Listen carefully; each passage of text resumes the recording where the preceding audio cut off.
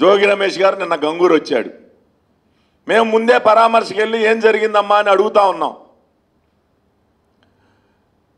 అయ్యా ఆవిడికి ఆరోగ్యం బాగోదు, కట్ట మీద ఉంటారు, ఈరోజు మా ఇంటికి వచ్చి 3 సార్లు పక్కనే ఉన్న సచివాలయానికి వెళ్ళి వచ్చింది, పెన్షన్ డబ్బులు రాలేదు అని చెప్పారు. అంటే మధ్యాహ్నం 2 గంటలు 4 గంటల దాకా డబ్బులు రాలేదంటే ఇది ఎవరిది నేరం? అక్కడికి వచ్చి వివరాలు కనుక్కోకుండానే ఈ రోగి రమేష్, మానసిక రోగి రమేష్ ఏంటో అమ్మ చంద్రబాబు నాయుడు గారు హత్య చేసేసారు, ఒక తల్లిని పట్టణ పెట్టుకున్నారు. అసలు అక్కడికి వచ్చి వాళ్ళ బిడ్డలనో వారి భార్యనో ఏం జరిగింది, ఎలా జరిగిందని వివరాలు అడగాలి.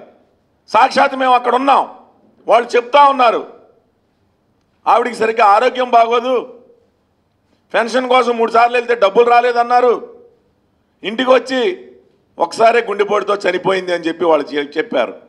మేము విన్నాం. అక్కడికి వచ్చేసి అక్కడ ఉన్న భార్య కానీ కొడుకు కానీ కోడలు కానీ మీరు ఇక్కడ రాజకీయాలు చేయమాక, నేను కాముగా అక్కడ ఉండి సంతాపం ప్రకటిస్తూ ఉంటే అక్కడికి వచ్చి స్లోకన్స్, చనిపోయిన చాట జగన్మోహన్ రెడ్డి జిందాబాదులంట. మొదటి నుంచి హత్యా రాజకీయాలు చేస్తూ ఉన్నావు, శవ రాజకీయాలు చేస్తూ ఉన్నావు. తండ్రి చనిపోతే శవాన్ని అడ్డం పెట్టుకొని ముఖ్యమంత్రి కావడానికి ఎమ్మెల్యేల సంతకాలు సేకరించావు.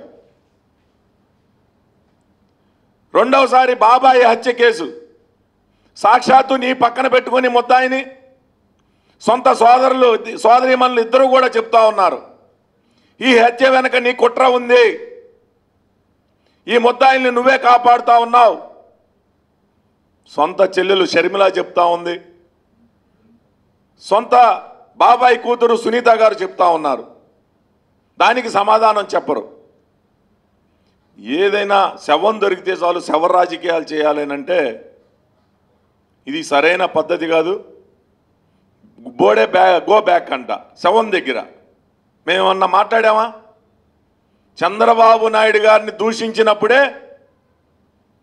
అతన్ని ఎదుర్కొనడం జరిగింది, మా కార్యకర్తలందరూ కూడా అడ్డుకోవడం జరిగింది. శవం దగ్గర ఏమి మాట్లాడకూడదు అని చెప్పి మా వాళ్ళందరినీ కంట్రోల్ చేయడం జరిగింది. ఎప్పుడైతే నోరు జారి చంద్రబాబు నాయుడు గారి మీద మాట అన్నారో మా వాళ్ళు తిరగబడటం జరిగింది. సంస్కారం ఉండాలి. కుటుంబ సభ్యులు బాధలో ఉంటే జగన్మోహన్ రెడ్డి జిందాబాదా, జోగి రమేష్ జిందాబాదా? సిగ్గుందా నీకు?